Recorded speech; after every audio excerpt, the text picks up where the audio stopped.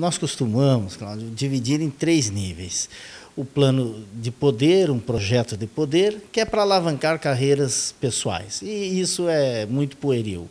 O projeto de governo é quando o mandatário, sendo ele prefeito, governador ou presidente, ele pensa no seu umbigo, vamos assim dizer por analogia.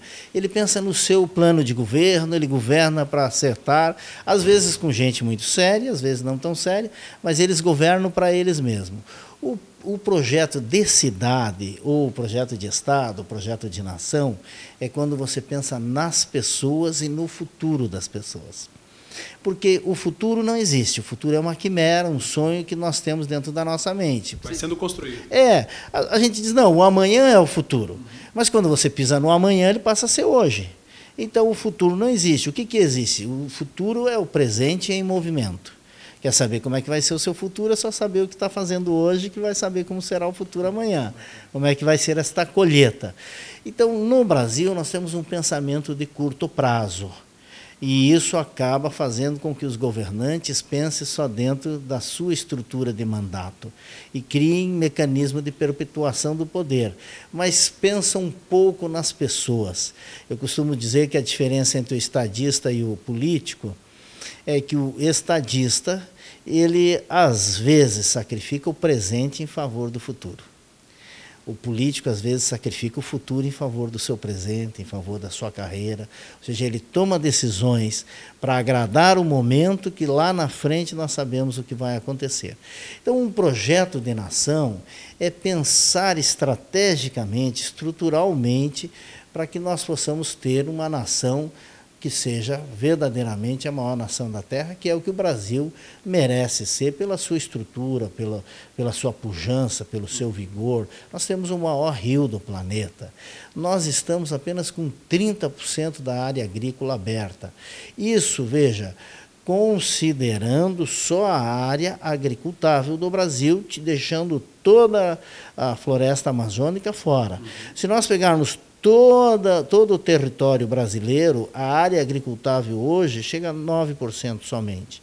Então, nós podemos crescer muito, sem derrubar nenhuma árvore da Amazônia, nós podemos crescer 70% ainda em produção de alimento. Essa é a nação que nós temos. Nós temos água, nós temos terra, nós temos sol. O que nós precisamos? São de líderes públicos comprometidos com o futuro desta nação. Um projeto nesse sentido você tem realizado lá em Santa Catarina, né? Nós temos na cidade de Itajaí, nós temos um exercício de futurologia.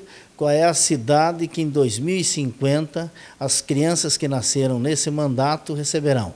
Em 2050 eles terão 30 anos, 31, 32, 33 anos, já poderão ser prefeitos, até antes pode ser prefeito legalmente, mas é quando a pessoa já cristalizou a personalidade. Qual é a cidade que essas crianças vão receber? Porque tão importante quanto a cidade que nós recebemos dos nossos pais, que nós herdamos dos nossos pais, é a cidade que nós pegamos emprestado dos nossos netos, dos nossos bisnetos, como eles verão esses líderes que estão tocando agora.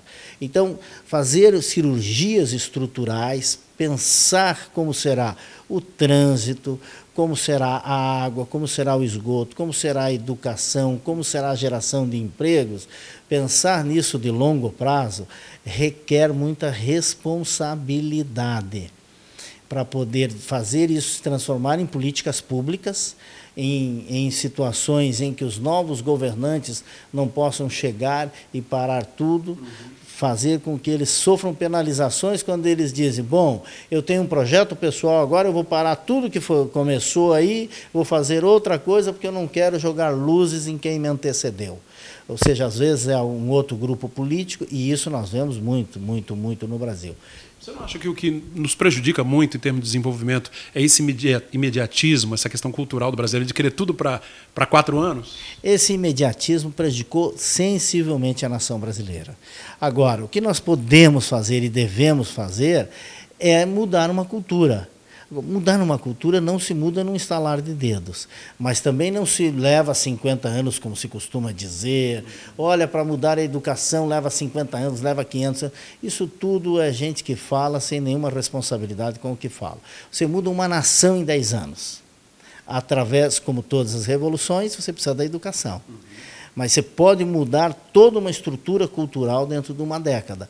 Claro que precisa da educação e precisa dos adultos fazendo caminhos estratégicos para que as pessoas possam ter mapas para caminhar e treinar as pessoas a pensarem de longo prazo. Em linhas gerais, a gente percebe assim, que o brasileiro sempre tem aquela esperança de surgir um grande líder, né? Alguém que vai tomar a nação e vai seguir em frente e sejamos um país realmente próspero, né? Mas essa liderança também não deve começar em casa ou no nosso bairro, na nossa comunidade? O sul-americano gosta do líder caudilho que vem de cavalo. Toda a estrutura sul-americana ela é permeada pelo cavaleiro, salvador da pátria, que vem e salva a situação. Nós estamos mudando um pouco isso, porque a liderança, a arte de liderar, é a arte de desenvolver a autorresponsabilidade. Nós podemos sim ensinar as pessoas a serem líderes. Ninguém nasce líder. Todo mundo é treinado na sua liderança. Claro que existem ingredientes culturais, existem o DNA, existem as questões familiares, a questão regional, tudo isso influencia, mas não é determinante.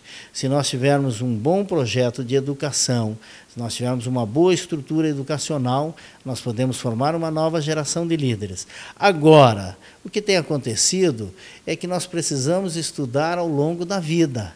Então, treinar, se preparar para que possa ser orientado para tomar decisões, ter planejamento, saber para onde está indo, lidar com os seus medos, lidar com as suas angústias, ao mesmo tempo que saiba traduzir processos de liderança em processos gerenciais na prática, isso é plenamente ensinável.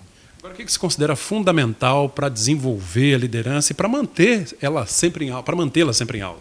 Nós temos 3 níveis da liderança, Cláudio. O nível público, o nível empresarial e o nível social. São os 3 níveis macros da liderança. O líder público é o que conduz cidades, é o que toma as decisões macro. O líder empresarial é o que produz riqueza. O líder social é que cuida desse choque dos desvalidos, que não conseguem transitar entre as regras e a produtividade, e nós precisamos ter as pessoas que cuidam dessas pessoas. Agora, como é que faz um líder ser um líder? Que ingredientes tem que existir? Primeira coisa determinante, o líder tem que ter uma visão. Ele tem que ter um sonho estruturado, colocar dentro do sonho a linha do tempo, saber quem vai ajudar ele a fazer aquilo acontecer, ele ter datas, ter indicadores de desempenho, ter essas metas que são esses indicadores que podem fazer a pessoa perceber quando atingiu e, principalmente, saber quanto que vai ter custos nisso. E depois ele precisa trabalhar a sua competência para materializar esta visão, ter coragem para materializar, porque no líder, mais que o currículo, são os nervos, porque ele precisa ter resistência emocional para sentir a pancada e resistir e continuar.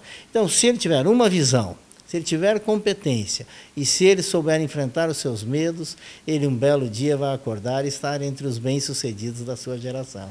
Para a gente finalizar, você tem feito esse treinamento com empresários, com políticos, ou seja, aflorando neles essa questão da liderança. A gente pode sonhar aí com dias melhores para o nosso país, a economia que está meio que paralisada. A economia, todos os indicadores mostram que nós, em 15 anos, vamos dobrar o PIB brasileiro. Veja, hoje nosso PIB é em torno de 2 trilhões de dólares. Em 15 anos, até 2035, nós vamos para 4 trilhões de dólares. Significa o quê?